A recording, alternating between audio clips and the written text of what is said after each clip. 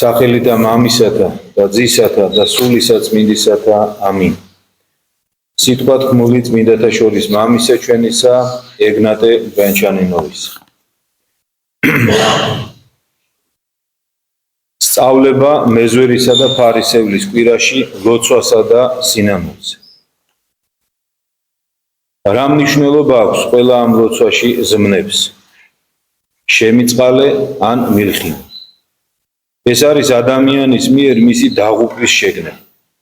ეს არის იმ მოწყალების, იმ სიბრალულის განცდა საკუთარი თავისადმი, რომელიც უფალმა გვიბრძანა შეგვეგრძნო საკუთარი თავის მიმართ და რომლებსაც ძალიან ცოტანი შეიგრძნო. ეს არის საკუთარი ღირსების უარყოფა. ეს არის თხოვნა ღვთისწყალობისა, რომლის გარეშეც დაღუპულის გადარჩენის იმედი არ არსებობს. ღვთისწყალობა სხვა არაფერია თუ არა ყოვლადწმინდა სულის მადლი. ჩვენ ცოდვილებმა იგი განუწყვეტლივ და უცხრომელად უნდა ვითხოვოთ. გულმოწყალე იყავ, უფალო ჩემო, ჩემი სავალალო მდგომარეობისადმი, რომელშიც ჩავარდი. დავკარგე რა შენი მადლი და ჩემში შენი მადლი კვლავ დაამკვიდრე. სულითა მთავრობისაით. შენი ძალის სულით განმამტკიცე, რაითა შემეძლოს წინა აღუდგე ეშმაკის მიერ თავს დატეხილ სტუნებებს და ჩემი დაცემული ბუნებიდან აღძრულ სტუნებებს. გამომიგზავნე უბიწოების სული, რათა გამოვიდე სიგიჟის მდგომარეობიდან, რომელშიც ვარ და გამოვასწორო ჩემი ზნეობრივი ნაბიჯები. მომეცი შენი შიშის სული, რათა შემეშინდე შენი, როგორც უუძლურეს ქმნილებას შეეფერება დიდი ღვთის თავისი შემოქმედის შიში, რათა შენდამი მოწიწების გამო შენი მცნებები წმინდად დავიცო. ჩამინერგე გულში შენდამი სიყვარული, რომ აღარ დაგშორდო, არ გამიტაცოს საძაგელი ცოდვებისადმი დაუძლებელმა ლტოლვამ. მომეცი შენი მშვიდობა, რათა მან დაიცვას ჩემი სული დაურღვევალ სიმშვიდეში.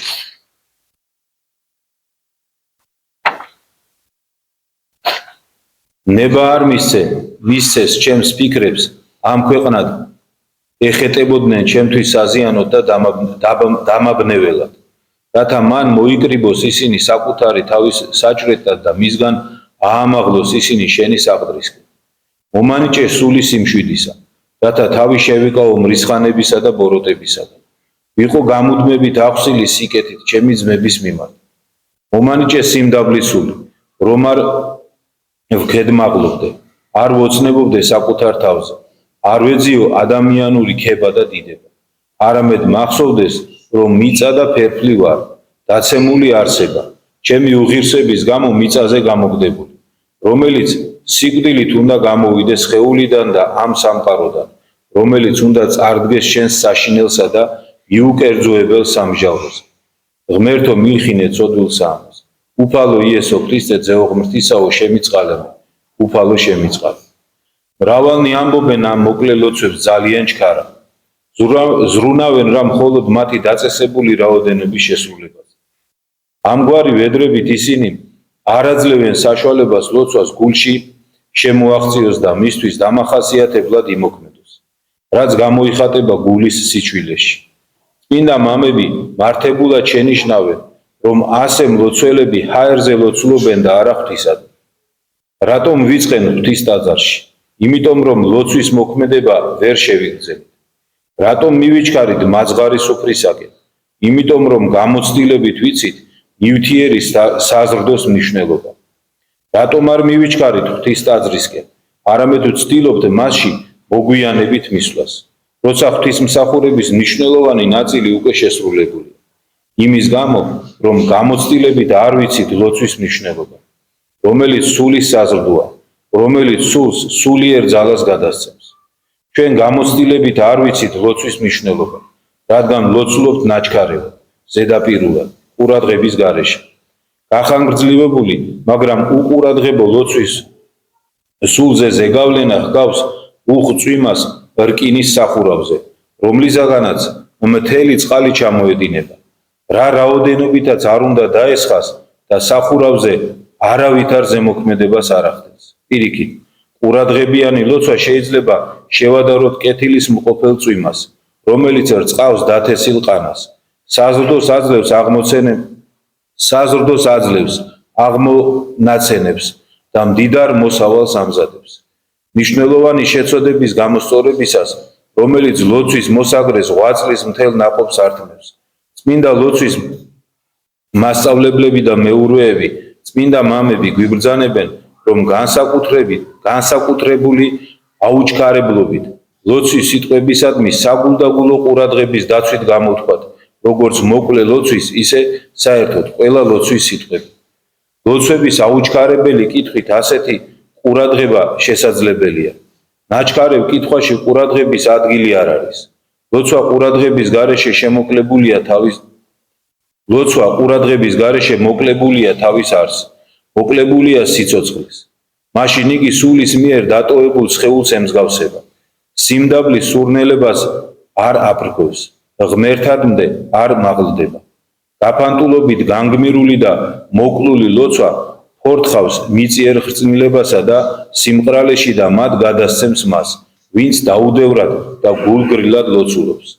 ლოცვის დროს გონების ყურადღება გულში ცოდვების გამო ნეტარი დარდით აისახება, რაც არის კიდეც ღვთის მიერ ნაბრძანები მონანიება. ხოლო როცა გული სინანულის გრძნობით აივსება, მაშინ იგი თავის მხრივ გონებას მეტი ყურადღებისაკენ იპყრობს. ყურადღებისა და გულჩვილობის კვალდაკვალ სულში სულიწმინდის ყველა ნიჭი შედის და მას ღვთის ტაძრად აქცევს.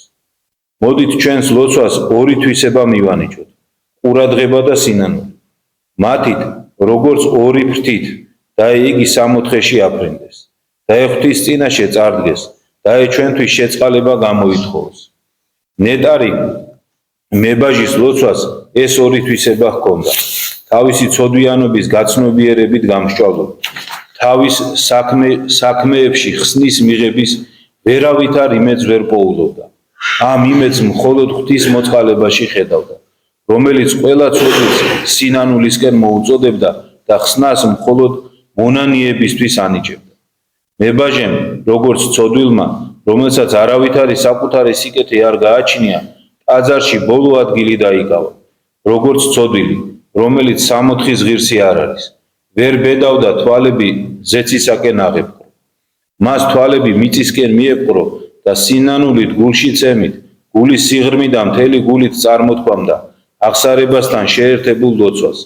ღმერთო, მიხინე ცოდვილსა ამას. ლოცვა იმდენად ქმედითი და ძლიერი იყო, რომ ცოდვილი ღვთის ტაძრიდან გამართლებული გამოვიდა. ამის შესახებ ადამიანთა გულთამხილავი, ადამიანთა მაცხოვარი უფალი მოწმობს და ახდა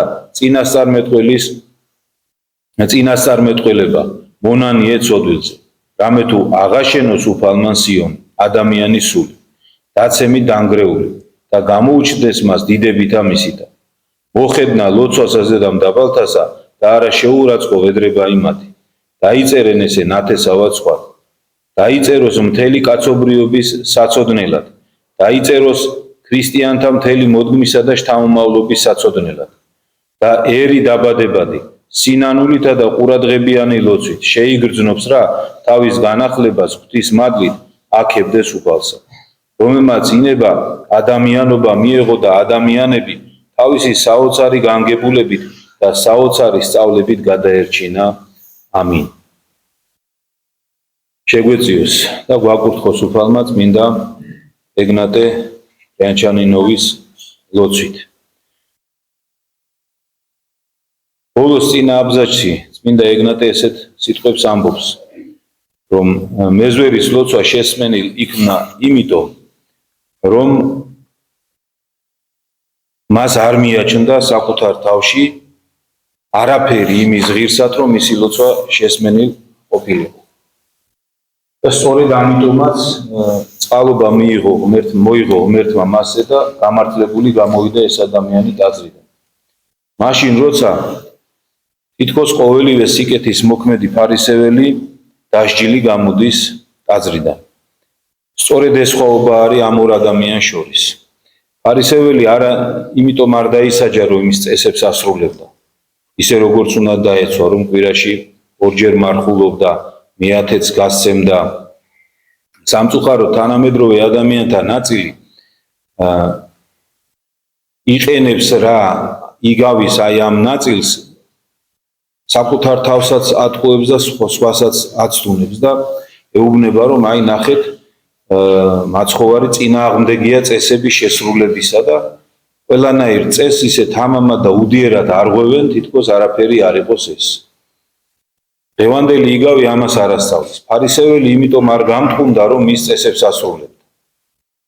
არა, ფარისეველი გამტყუნდა იმიტომ რომ მას ეგონა რადგან ის ამ წესებს ასრულებდა ის ღირსი იყო თავისი სათხოვარი მიეღო. და ერთგვარად ასე ლოცულობდა ღვთის წინაშე რომ უფალო მე ამას და ამას ვაკეთებ, ამიტომ შენ ეს და ეს უნდა მომცე. აი დაახლოებით ასეთი იყო ფარისევლის ლოცვა. და სწორედ ამიტომაც გამტყუნდა ფარისეველი. კიდევ ერთხელ გავმეორდები და არა იმიტომ რომ მის წესების დამცველი იყო.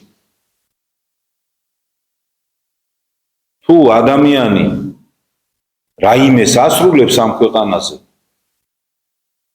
და თulis რომ ამისთვის ის რაიმეს იმსახურებს ღვთისგან, ესეთი ადამიანი უკვე წინასწარ დაღუპულია. შეიძლება ცოტა უხეშად ისმის ეს სიტყვა, მაგრამ ეს ესეა. იმიტომ რომ ჩვენ ვერაფერს ვერ გავაკეთებთ ამ ქვეყანაზე ისეც, რომ დავიმსახუროთ ღვთისგან სასუფეველი. ვერაფერს ვერ გავაკეთებთ ისეც. ეს ფაქტი არის. ეს ვიღაცის ნაზრევი კი არა, ფაქტია. ეს ვერ შეძლო ვერავინ. მთელი კაცობრიობის ისტორიაში ვერავინ ვერ შეძლო. ადამიანთა შორის ისეთმა უბრწყინვალესმა, როგორიც მაგალითად აბრაამ მამათმთავარი, რომლის რწმენის სიძლიერეზე და მინდობაზე ღმერთზე ბევრი გვაქვს ნალაპარაკები და დღეს არ გავჩერდებით. ეს ვერ შეძლო მოსემ, რომელიც ღმერთს ელაპარაკა. მანაც კი ვერ შეძლო და კიდე დიდხან შეგვიძლია ესია გავაგრძელოთ. ვერავინ ვერ შეძლო. და ესეც რომ არ იყოს ჩვენი უფლის იესო ქრისტეს სწავლება გვაქვს, ხო? თავის მოციქულებს რომ მეუბნება, ანუ თითოეულ ჩვენთაგანს თავის მოწაფეებს ეუბნება რომ როდესაც რამეს გააკეთებ თქვით, რომ მონანი ვართ უხმარ, რაც გვევალებოდა ის გავაკეთეთ. არაფერს იმის იქით ადამიანი არ აკეთებს, რაც ევალება. ვერაფერს ვერ გააკეთებს უბრალოდ. არაფერი აქვს თავისი და როგორ შეიძლება რომ რამე გააკეთოს. აი ამაზეც ბევრჯერ გვაქვს ნალაპარაკები, მაგრამ კიდე ერთხელ ვილაპარაკოთ. იმიტომ რომ შეიძლება სიტყვით ასე ხმამაღლა არავინ არ ვამბობთ ისე როგორც ფარისეველი ამბობს, მაგრამ გულში თითქმის ყველანი ესე ვართ, როგორც თეოფანე დახუდებული ამბობს. გულში უდიდესი უმრავლესობა ქრისტიანებისა სწორედ ისეთები ვართ, როგორც ფარისეველი. შეიძლება ამას არ ვამბობთ, მაგრამ სინამდვილეში ესე ვფიქრობთ. მანამ სანამ ჯერ ამის გამოსწორება შეგვიძლია. და რას ვამბობდი, რატომ მივედი აქამდე რომ გულში ყველანი ვფიქრობთ, რომ რაღაცას ვაკეთებთ, ხო? და რას ვაკეთებთ? აბა დავფიქრდეთ. რა გვაქვს ჩვენი, რომ რამით შეგვეძლოს ღმერთი დავავალოთ. აი რა გვაქვს ჩვენ? აი სიკეთის გაკეთება გინდა, როგორ გააკეთებთ თუ ღმერთი არ შეგეძლო? ეხმარები ვინმეს დიდ მოწყალებას გაიღებ? ვისგან გაქვს ის მოწყალება რაც? შენი გგონია, შენ შექმენი? არა, ეს ღვთისგანა გაქვს მოცემული. და მისას ეპყრობი ისე, როგორც მან დაგავალა. შენ კი არ აკეთებ ამას. ეს ცოტა ძნელი გასაგები არის. აი, ნიჭი გაქვს რაიმესი? და ამ ნიჭით თქვა ქმნი ისეთ რამეს, რომ შეგიძლია სხვებს დაეხმარო, აი მაგალითად ექიმი ხარ, ღმერთმა მოგცა გონება და კარგი მარჯვენა, რომ სიცოცხლეებს გადაარჩენ. თუ ჩათვლი რომ ამას შენ აკეთებ, დაღუპული ხარ. როგორ უნდა თვლიდეს ქრისტიანი? ღმერთმა მომცა მეს. რატომ მომცა მე და არ მიცა იმას? აი, ერთნაირი ადამიანები არა ვართ? მაგრამ მომცა მე რომ მე გამოვიყენ. მაგრამ მე თუ ჩავთვლი რომ აი მე ვარ ახლა რასაც ვაკეთებ, ამიტომ ღმერთო კაცო მე რო ეხლა 100 ადამიანის სიკვდილს გადავარჩინე ხა არ მეკუთვნის რამე დაღუპული ხარ ადამიანი მაგრამ თუ ვთვლი რომ დიდება და მადლობა ღმერთს რომ მე უღირსი ჭურჭელი გამომარჩია იმისათვის რომ გადავარჩინო ამდენი ადამიანი და იფიქრებ რომ რატო რა მე რა დავიმსახურე არაფერი მე არ გამიკეთებია ამისთვის რომ ამხელა წყალობას იღებს ღმერთი ჩემი ხელით აი მაშინ უკვე შენი ლოცვა შესმენილი იქნება აი დღევანდელი სახარება ამას გვასწავლის აკეთე ყველაფერი მაგრამ თავს ღირსად ნუ ჩათვლი რომ ამის გამო რომ შენ ამას აკეთებ ღირსი ხარ რომ წყალობა მიიღო ღვთისგან თუ ამას ჩათვლი მაშინ უღირსი ხარ აი დღევანდელი სახარება ამას გვეუბნება და არა იმას როგორც თანამედროვე ადამიანებს უყვართ იფიქრონ რომ წესები და ის კანონები ჩვენთვის წერილი არ არის გაუგიათ ნათქვამი უფლისა რომ შაბათი კაცისათვის დაებადა და არა კაცი შაბათისათვისო და ეს მათთვის ნიშნავს რომ ყველა წესი უნდა უარყო და რა გვინდა ეს წესები და ეხლა ეს კანონები ამდენი ეხლა რა აწესია ან ამდენი მუხლდრეკა ან რატო უნდა ვიყო კვირას ტაძარში რა ორ შაბათს ღმერთი ჩემსას არ შეისმენს და არის ასეთი უამრავი ამას არ გვასწავლის უფალი გვასწავლის დაიცავი ყველა მცნება მაგრამ იმედი გქონდეს მხოლოდ ღვთის წყალობისა რადგან იმ ცნებების დასვაშის ისევ მე გეხმარებ ცოტა რთული მისაღები არის თანამედროვე ამაყი ადამიანისთვის მაგრამ ჭეშმარიტება ესაა და ღმერთმა შეგვაძლებინოს რომ ეს ჭეშმარიტება მივიღოთ და გავიაზროთ აი შევეცდები ვიპოვო ის მომენტი სულ თავში იყო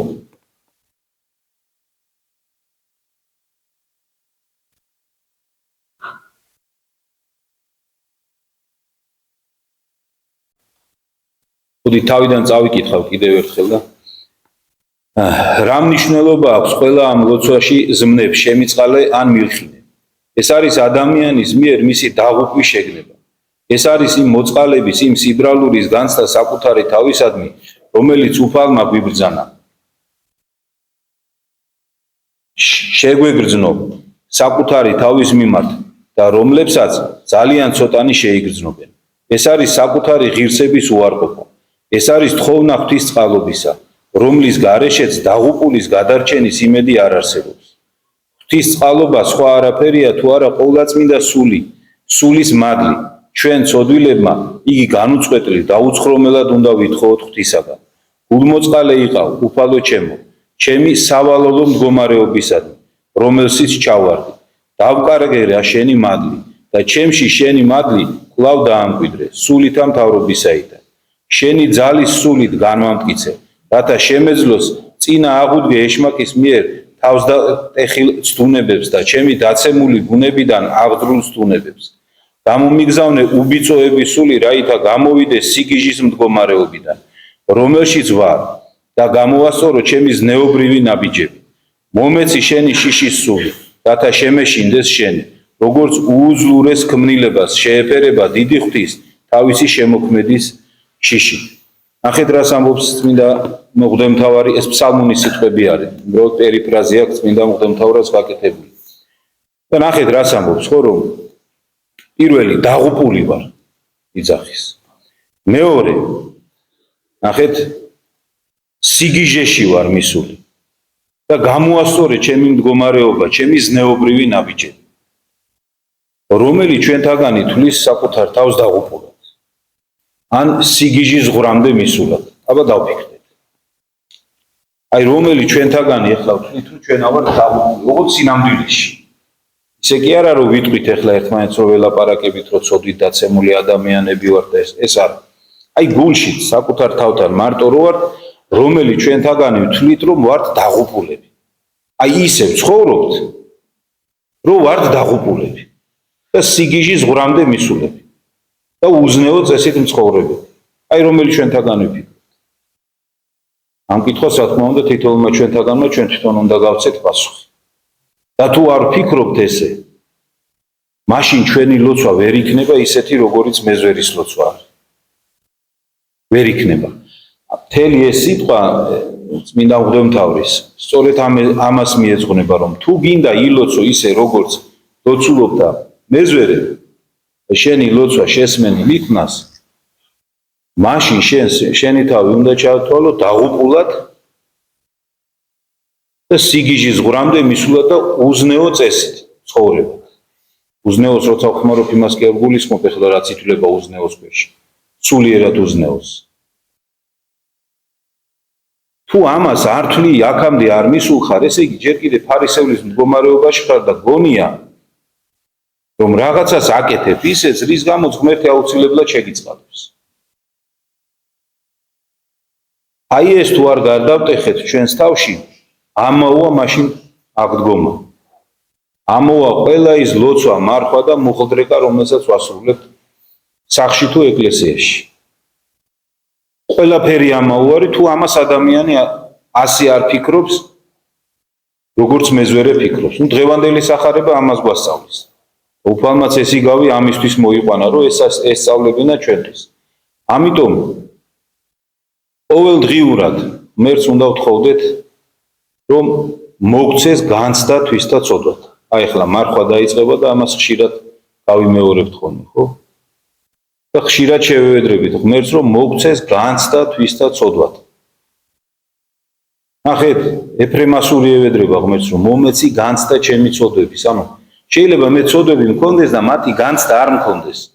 მე იმდენად ვიყო გართული ამ ქვეყნიურ ყოფით ცხოვრებაში, ამ ქვეყნიური საზრუნავებით იმდენად შეიძლება ვიყო გართობილი ადამიანი, რომ ეს განცდა არ მქონდეს. და ეს განცდა რომ არა მაქვს, უკვე რისი განცდა მაქვს, უკვე განცდა მაქვს იმის, რომ აი ეს გავაკეთე, აი ეს გავაკეთე, დილის როცა ვთქვი, მეტანიები შევასრულე, მარხვა დავიცავი. ვთქვათ, მთხოვნელი მოვიდა 20 კაპიკი გადაუგდე, ან შეიძლება 20 ლარი გადაუგდე. გადაუგდე რატო? მივეცი, დავეხმარე. გამიხარდა რომ დავეხმარე. ყველაფერი ეს გავაკეთე, აი მეებს ჩამოვთვლი, მიხვდით? გინდა თუ არ გინდა გააკეთებ ამას ადამიანი, დამერწმუნეთ, ვინც ყურადღებით ხართ ხოლმე საკუთარი თავისადმი, ალბათ დამეთანხმებით, რომ იმ წუთას ამეების ჩამოთვლას იწყებ. მაგრამ იმ დღეებში, როდესაც გახსოვს ადამიანს შენი წოდვები, ან დაუშვა ღმერთმა, რომ თლად არ გაგიჟებულიყავი ამ შენი სიკეთეებით, დაუშვა ღმერთმა, რომ დაეცი რაღაც წოდვაში, შეგეშალა მწარედ.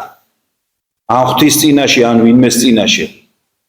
აი იმ დღეს არც ერთი შენი ეს სიკეთე არ გახსოვს. იმ დღეს რაც არ უნდა გააკეთო, რაც არ უნდა ილოცო, მთელი დღე მაინც ამაზე ფიქრობ და ღმერთს ეხვეწები მთელი გულით, რომ ღმერთო, ოღონდ ეს მაპატიე ახლა რაც მე მომივიდა. ოღონდ ახლა აქედან გამომიყვანე. და სანამ ამ სათხოვარს არ მიიღებ, აი არ იგრძნობ გულში სიმშვიდეს, არც ერთი შენი სიკეთე არ გახსოვს მაშინ. არც ერთი. მაგრამ სამწუხაროდ გავა მე რაღაცა პერიოდი, ისევ იგივეს დაუბრუნდებით, ისევ გონება ძილს მიეცემა და ისევ ვიწყებთ გაამაყებას, ისევ მოვდივართ ფარისევლის მდგომარეობაში, რომ აი რა კარგი ვარ, როგორი კარგი ვარ, დიდება ღმერთო შენ, რა კარგია და თითქოს ბილეთი გვაქვს სასუფეველში, ისე შესასვლელი, ისე ცხოვრობთ. მიხვდით ალბათ რისი თქმაც მინდა და ღმერთმა შეგვაძლებინოს, რომ გავექცეთ და ვერიდოთ ფარისევლის სიამაყეს და გვინდოდეს და ღმერთს ვეხვეწებოდეთ იმ სიმდაბლეს, რომელიც მეზვერეს ჰქონდა, იმიტომ რომ მხოლოდ ამ შემთხვევაში შეისმენს ღმერთი ჩვენს ლოცვა-ვედრებას. ღმერთმა